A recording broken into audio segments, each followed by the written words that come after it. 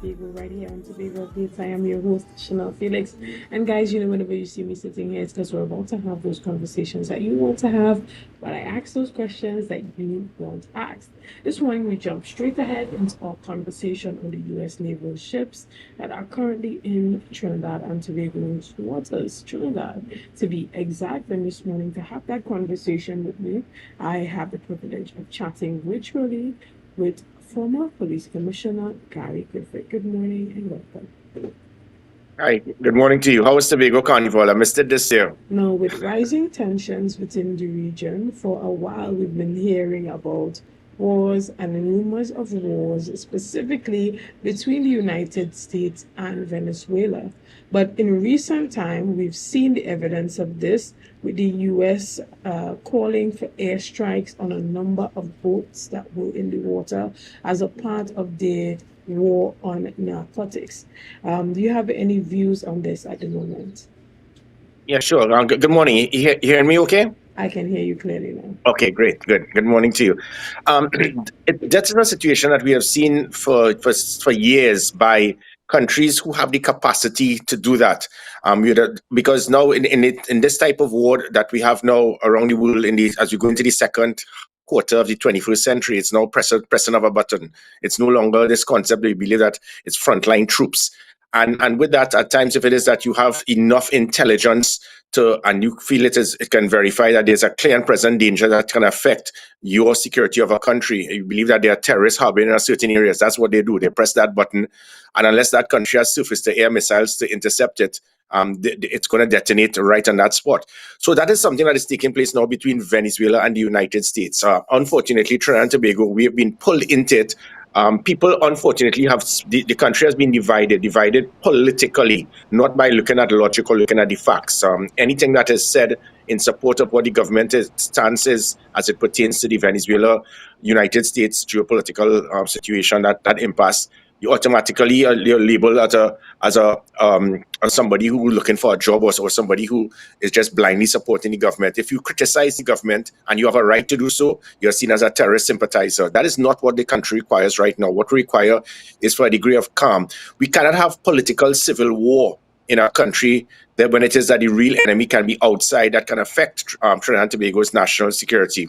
We have decisions to make. Mistakes may have been made, but there's a lot that needs to be done. We need to prepare. We need to stop the bickering, the finger pointing. I mean, you're hearing now we have seen persons on social media actually putting out things stating that they're speaking to the Venezuelan administration to target the home of a prime minister to have it targeted. These are the things that you will start seeing. I mean, I have lived it in armed conflict against the IRA when I was with the British Army, in Haiti with the United Nations in the attempted coup. This situation is something totally different. There's not one soldier or sailor who took part in defending our country during the coup that is there now, 35 years later. This is a new defense force. Persons need to be mentally, physically prepared. The country needs to support them. The country needs to support the government, the prime minister, regardless of who it is. That's how it works. And in times of armed conflict, we need to try to unite as a country, because we are spending so much time as finger pointing and targeting the prime minister, and then others just blindly supporting everything that the government says. That is not what is required. It's for us to unify, circle the wagons, unify as a country, and understand who the real enemy of the state is. Right. And some are calling it, based on, the U.S.'s position, a war on narcotics, while others within the region are calling it a war on Venezuela's sovereignty.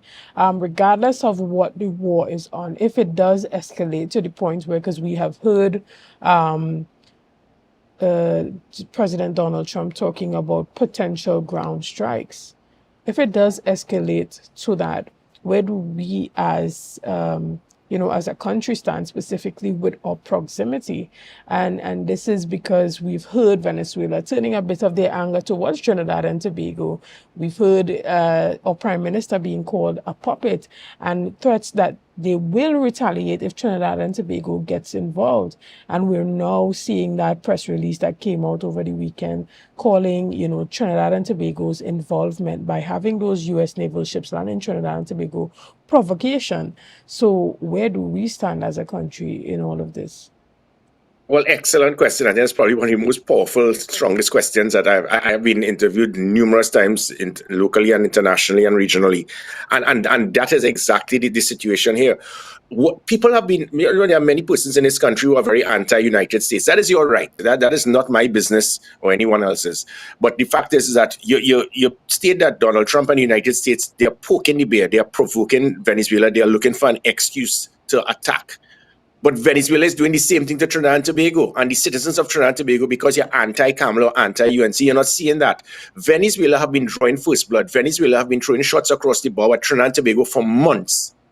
Unprovoked. It started with them stating with lies that Trinidad and Tobago is we are harboring terrorists who have we have a holding base here that is being used as a launching pad to destabilize Venezuela. Lie. Then they stated that because of that, it gives Venezuela the right to go anywhere in the world to extract these persons and to attack them, which means basically they're stating that they want to invade Trinidad and Tobago. This was an excuse. They have referred to senior politicians in our government as drunkards. They have referred to, they've now made statements that they're not going to be involved in any energy, in the energy sector, involved in anything with Trinidad and Tobago threats. They've then now stated that, and with lies, that we are involved with the CIA in orchestrating a plot to attack Venezuela. There's nothing to show that. They have now had, and in local parlance, they've fastened out a place that our country, we are an independent country. If Trinidad and Tobago decides to allow a military vessel to enter our waters, Venezuela is upset because Trinidad and Tobago is allowing that.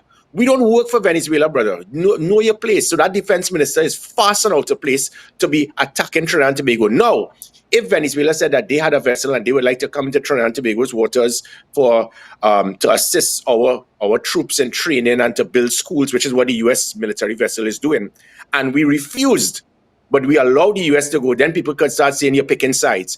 But there's nothing that should prevent Trinidad and Tobago from being that country that, if it is that the United States wants to bring a vessel to Trinidad and Tobago to assist in building schools and projects and development for homes and so forth. This has been done for decades. I spent 17 years in the Defense Force, so everybody back off with that perception that this is done specifically to attack Venezuela. That has been done for decades with U.S. vessels coming to Trinidad and Tobago to participate in coming with equipment to assist in building schools and projects, working with the Trinidad and Tobago Regiment Engineering Battalion. So for Venezuela to attack Trinidad and Tobago and say that we had no right to allow an international ally who have supported us tremendously by providing assets, training, equipment, technology for our military, our police, and so forth. Venezuela have never done that. The only thing Venezuela have done, the only thing Venezuela would have done is it's the only country since Trinidad and Tobago has been independent to invade our territorial waters through the La Guardia Nacional, attacking Trinidad and Tobago fishermen for decades, seizing their nets, seizing their fish, seizing their vessels, by breaking the law and going into our territorial waters. In 2014, as the Minister of National Security, I had a meeting with the Defense Minister of Venezuela. I asked him to come to Trinidad and Tobago with all the heads of his defense force, and I told them, now that we got the damning vessels, any Guardian National vessel enters our water, we are going to strike, and we will take them out.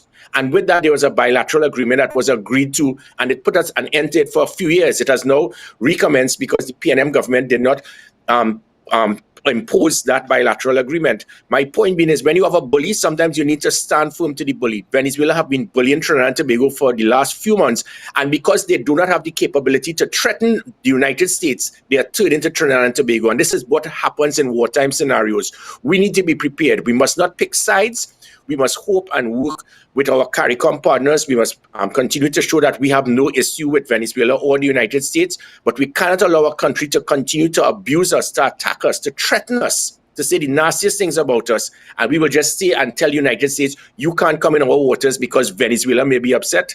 Venezuela, in local parlance, as I said, they fasten out a place. Understood. But do you think the timing of these vessels, because of the heightened sense of tension between Venezuela and the U.S. at this time, raises questions about potential, underhanded or secret deals being made by Trinidad and Tobago and the U.S. and, bringing some level of credibility to the accusations being made by Venezuela that the CIA is planning to have those false flag events take place to give the U.S. a reason to invade their country? Yeah, and I work on facts. It is quite possible. I do not know, but many people are turning that possibility into fact because they are anti-government, and many people are saying that it is a total lie because they are supportive of the government.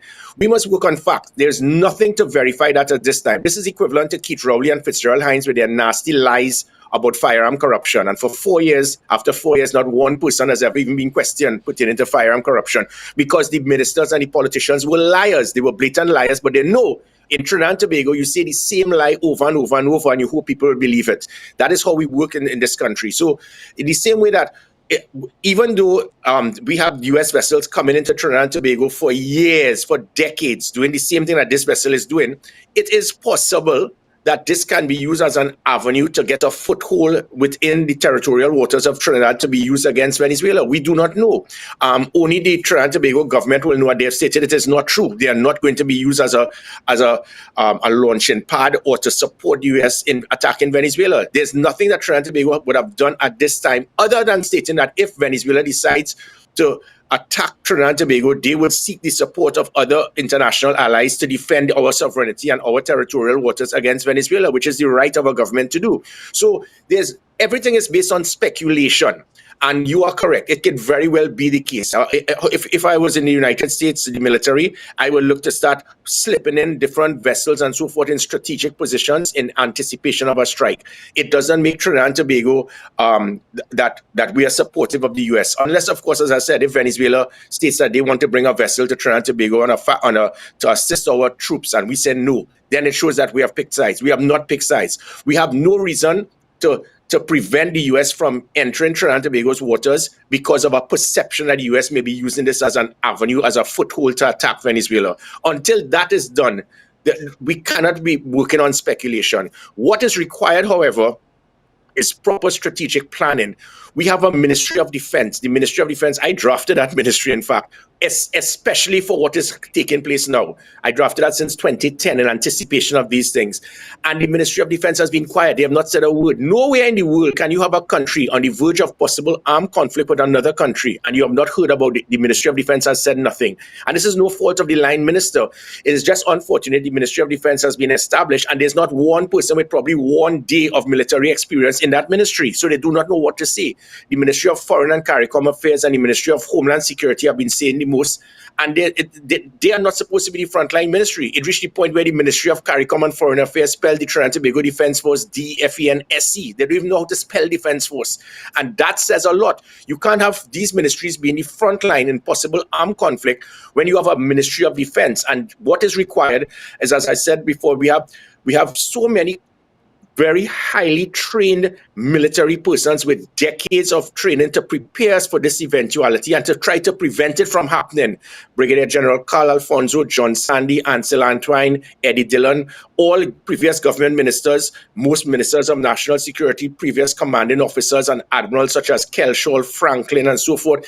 These are the persons that the government and the media should be speaking to. Unfortunately, the media continues to turn to someone who has appointed himself as a regional security expert, even though he never went further north of Shaka Shakari. We need experts to be able to guide us in these trying times. The Prime Minister cannot be making decisions specifically with civilians who are politicians because they are not trained. They've never experienced this type. And as I said, the names I have called, they have decades of experience, millions and millions of dollars spent to training these persons to assist them, to prepare them for this eventuality. And those are the type of people we need. We need to have the Defense Force mentally and physically prepared. We have so many assets from the Defense Force that cannot be used because we cannot equate the naval asset acquisition to manpower strength. We have a massive shortage, yet we are seeing advertisements for the fire services and nothing for the Defense Force.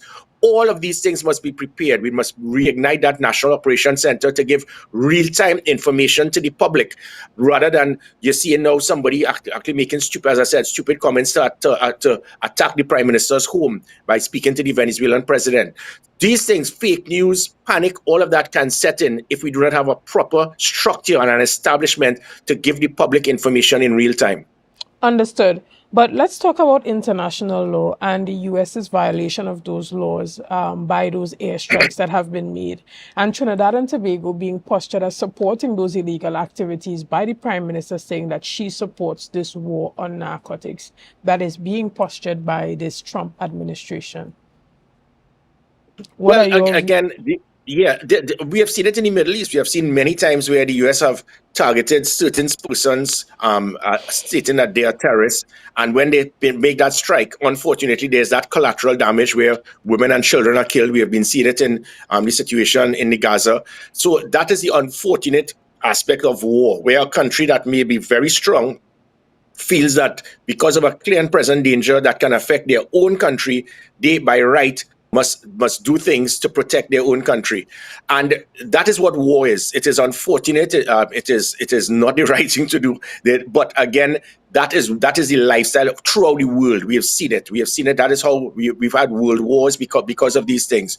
What we do not want is for us to succumb and state, well, because of the wrongdoing of persons, we must just bow because the person, the other avenue that is attacking us, threatening us, accusing us, they might attack us. We can't operate like that. So this is not in any way to justify or condone what the United States is doing. The United States.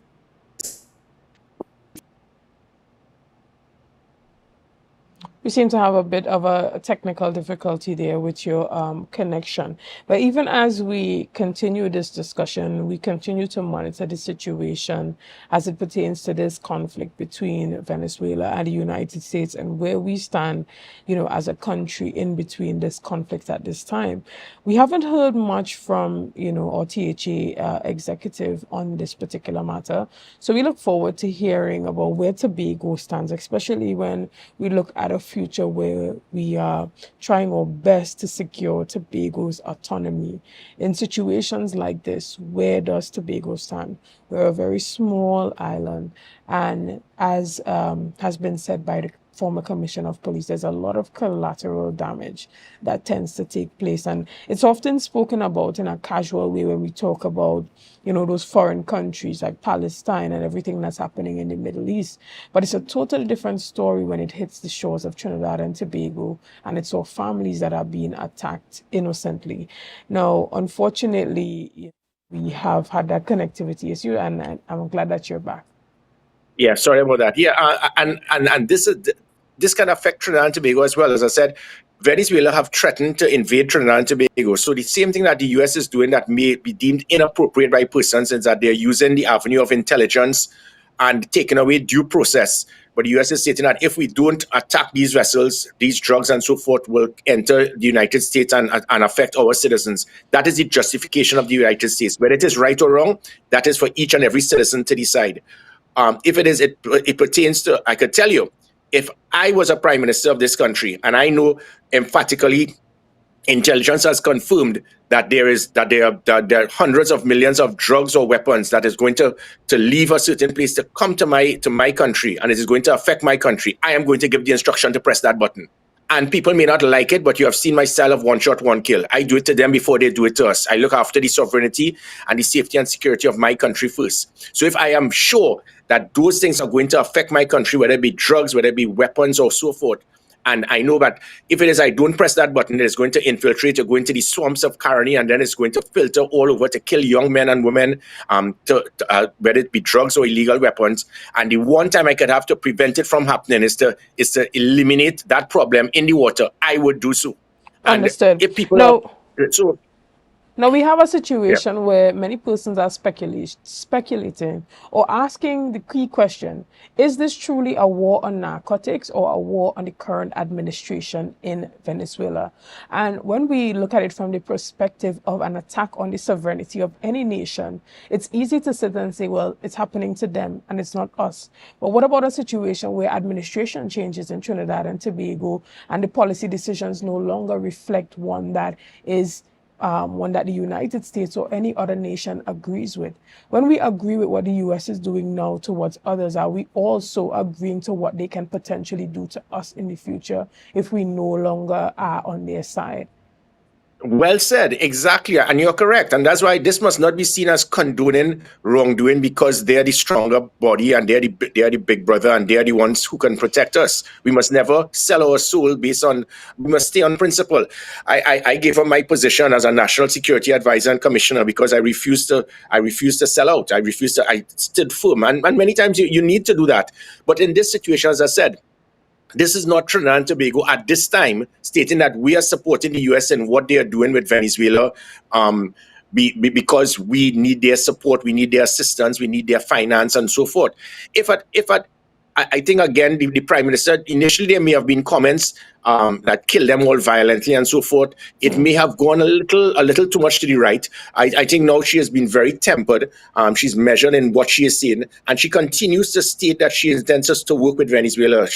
There's no problem and issue with Venezuela. That is what we need to hear. That is the type of leadership that is required. If Venezuela continues to make statements to say the Prime Ministers are drunkard and we're not going to have exchange anything in the energy sector with you anymore, and you all are working with the CIA, and you all are operatives of the United States, and you all have no right to bring a US vessel into our waters, Venezuela are the ones who continue to show that they are the ones that are against Trinidad and Tobago, not the United States. So if it is that you have a house, you are going to invite people who accommodate you, who are supportive of you. You're not going to invite people into your home who continue to threaten you, abuse you, attack you. And as I said, in the 60 plus years of us being an independent nation, the only time any country has invaded us into our territorial waters has been Venezuela with La Guardia Nacional. That has been fact. So we need to be very clear to understand who is friend and who is foe. At this time, we must not in any way pinpoint Venezuela as being the enemy. I ask all of those people who openly support the government, you can't just automatically accuse, because I'm hearing too many comments and it can become now profiling. We have to be very careful trying to accuse Venezuela of being the enemy and attacking Venezuela and just saying that the whole of Venezuela is involved in the narco trafficking. We need to be very clear and understand the United States and Venezuela, they have their issue.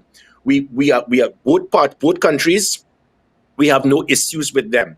But Venezuela cannot be continuing to threaten Trinidad and Tobago, lie about Trinidad and Tobago, accuse Trinidad and Tobago, and then try to tell Trinidad and Tobago who must be our friend. Because the United States is involved in something with Venezuela, it must not in any way allow us to say, well, because of what the United States is doing and we are not really too pleased, we are not going to allow you in our territorial waters. We have to be mad. As I said, as the Minister of National Security, Commissioner of Police even in the Defense Force, as a 17 years service in the Defense Force as an officer, the United States pumped us with so many assets, technology, equipment, training. As the Minister of National Security, the US offered to give us, through myself as the Minister, 2 vessels similar to the vessel that is now in Trinidad and Tobago. 2 vessels at no cost. Venezuela have never given us not even a dinghy. So we need to understand, if we have to secure Trinidad and Tobago, we need to know who have been our friends and who continue to be our friends.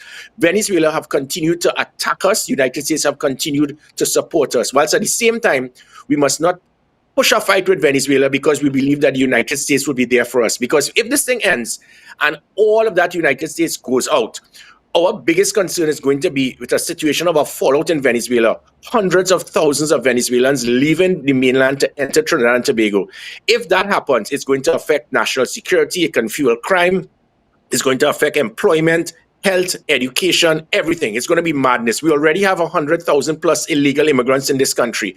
If that turns to 500,000, which will be almost half of the adult population, and we cannot account for these people, Trinidad and Tobago can easily turn into what you have seen in Haiti. We do not want that. But we do not have the naval capacity right now to secure that borders in the Southwestern Peninsula because of incompetence of the previous government when I got all the vessels required to do just that, and they never lifted a finger. So because of poor maintenance, we don't have the naval capacity to be able to protect that mass influx of persons leaving the mainland to enter Trinidad and Tobago. They have refused to equate manpower strength with naval asset acquisition. My point being, not having they're supposed to be since we knew this situation with Venezuela 2 years ago. We are supposed to have been pumping hundreds of recruits on an annual basis from the Coast Guard and the Army. None, but instead you're seeing advertisements for fire services. All of these things is what the importance of a Ministry of Defense. I drafted it to do all of these things. If that is done, I think the government can be guided in the right direction, and I think it can calm down the place, because as I said, what we do not want is for undue panic, because this can trigger to panic buying, into looting it. All of these things happen even before war even begins. We must put things in place to prevent this from happening, to communicate with CARICOM, Venezuela, the United States, to show, listen, we're not involved in this. When elephants fight, the grass alone gets trampled. We are not going to get trampled. But at the same time, we must not be bullied. We must not be Right. bullied by any country. No, even in the conversation as it pertains to strategic alliances, it seems that this administration under Kamala Prasad-Bissessar has shown, allegiance to the United States as opposed to being aligned with Yes. CARICOM. But there's been years of work been done at the CARICOM level to allow for small island states to unite in order to have that prominent voice on global matters, particularly matters of the U.S. entering Trinidad and Tobago waters in what is we see as being a potential war. The Caribbean has always been deemed a zone of peace. Trinidad and Tobago choosing the U.S. over CARICOM, where does that place us? Yeah, we should. We should, as I said, just as I said with US and Venezuela, you're correct. We should not be picking sides because there's no need for us to pick sides. CARICOM's concern with the United States action has nothing to do with CARICOM and Trinidad and Tobago. That's CARICOM's view of the United States. Trinidad and Tobago is an independent country, just as every country in CARICOM. There's no thing as a federation. That ended before it began, when 10 minus 1 left 0. So, and again, what we forget is that 3 countries in CARICOM made an open decision to state that they were supporting Venezuela without the input of Trinidad and Tobago. So it is okay for certain CARICOM countries to have given their view in advance by stating that we're an independent country, we support Venezuela in this impasse. But if Trinidad and Tobago says we support somebody else, well, not that we support the United States in the impasse, but we work with the United States, then it becomes a problem. I think CARICOM is quite correct to state that the area is a zone of peace. It must remain a zone of peace. But CARICOM also needs to understand that Guyana and Trinidad and Tobago, we are being affected by a country that seems to be bullying. Look at what they have done to Guyana. They have openly threatened to seize land from Venezuela. Where's CARICOM on this? Where's the situation of, is it that when our neighbor's house is on fire, we're going to wet our own? You've seen what Venezuela have been doing to Guyana, and not one leader in CARICOM has stood firm to say, I am going to support Guyana on this. You touch one, you touch all. Trinidad and Tobago have become next now, with Venezuela threatening not to be involved in anything with the energy sector, with Trinidad and Tobago accusing us of having terrorists, stating that they are going to invade Trinidad and Tobago to extract these terrorists, having LaGuardia National invade Trinidad and Tobago's territorial waters, attacking our fishermen. Where's CARICOM and all of that? So CARICOM those other islands could stay up north, and they are not affected by what Venezuela is doing to Trinidad and Tobago and Guyana. So it is hope, however, that there must be dialogue between all leaders of CARICOM. We must not isolate ourselves from CARICOM, because CARICOM must also understand if Trinidad and Tobago and Guyana, they are affected, it is going to affect CARICOM, whether it becomes trade, investment, or whatever. So CARICOM must understand that if we are hurt, and you can't say, well, we always said that we're supporting Venezuela and we're against the United States, so don't touch us. It's not going to happen that way. I will strongly recommend an emergency meeting at CARICOM, not just with the prime ministers, because none of them have any type of military training in preparation for what may take place. It requires the chiefs of defense staff and so forth for them to meet to understand how this can and should work. You call it a zone of peace. It cannot be a zone of peace when a country continues to invade our territorial waters and attack our fishermen. You can't call it a zone of peace when a country in South America has accused a country in CARICOM of harboring terrorists, and you intend to invade that country to extract these terrorists if you see fit.